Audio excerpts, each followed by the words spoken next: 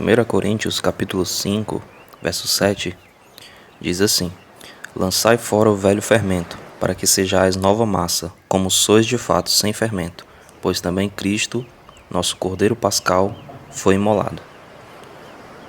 O apóstolo Paulo, ele transmitiu uma mensagem aos irmãos de Corinto, em 1 Coríntios capítulo 5, dos versos 1 ao 13.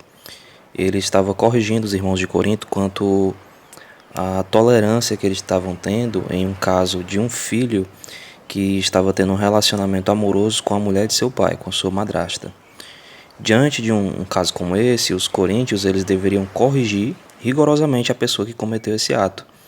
E provavelmente não foi isso que aconteceu. Então por isso que Paulo, ele no capítulo 5, ele corrige os irmãos quanto à atitude que eles estavam tendo com essa pessoa, para despertar a igreja a não consentir com o pecado, a não aceitar o pecado no seu meio. Paulo ele escreve assim: Não sabeis que um pouco de fermento leveda toda a massa? Ele faz uma pergunta aos irmãos. Isto é, ele quer dizer que como o fermento penetra em toda a massa de um bolo, por exemplo, a maldade de uma pessoa que está na igreja, ela corrompe toda a igreja que está consentindo aquela pessoa, que está aceitando o pecado daquela pessoa. A figura do fermento, ela é muito importante para os judeus, que está relacionado com a Páscoa. Na preparação para a Páscoa, os judeus eles tinham a limpeza cerimonial. Eles limpavam cerimonialmente todas as suas casas e tiravam todo o resto de fermento. A menor migalha de fermento não ficava. Eles tinham na Páscoa os pães asmos, os pães sem fermento. No texto de 1 Coríntios 5, o fermento aqui, ele representa o pecado. De tal forma que nós podemos entender que nós devemos, como os judeus faziam, nós devemos limpar todo o vestígio de pecado de nossa vida. Nós devemos levar o pecado a sério e não levar o pecado como algo que a gente possa controlar. Nós não podemos dar brechas. Em 1 Pedro 5,8 diz que o diabo, o nosso adversário, ele anda ao redor, rugindo como leão, buscando a quem possa devorar, quem possa tragar. Então, em todo tempo, o diabo ele tenta nos enganar. E, além do diabo, nós temos a nossa própria natureza também querendo nos derrubar.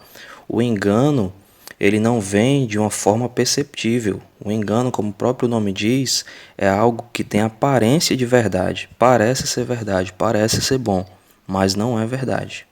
O engano também é o que nos faz desviar do alvo, faz nós nos distrair com futilidades, com coisas que desagradam a Deus. Então devemos resistir ao diabo através da oração, através de uma busca de Deus, através da palavra de Deus.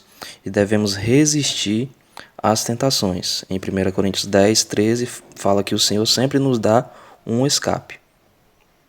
E devemos lembrar também que o mal, ele geralmente destrói a vida das pessoas, ele começa em pequenas coisas, começa em pequenos erros. Assim como no exemplo do fermento, um pouco de fermento leveda toda a massa. Então começa em pequenas coisas. Então não dê, meu irmão e minha irmã, oportunidade para o pecado. Feche todas as portas, todas as brechas para o mal. Não ande conforme o conselho das pessoas que não temem a Deus. Não seja influenciado por pessoas que cometem pecado e não se arrependem e acham isso normal. Então tenha o seu prazer na lei de Deus, medite na palavra de Deus e viva conforme ela. E busque e procure eliminar todo vestígio de pecado, por menor que seja, por mais simples que seja, busque eliminar da sua vida. Esse é o nosso devocional de hoje. Que Deus te abençoe.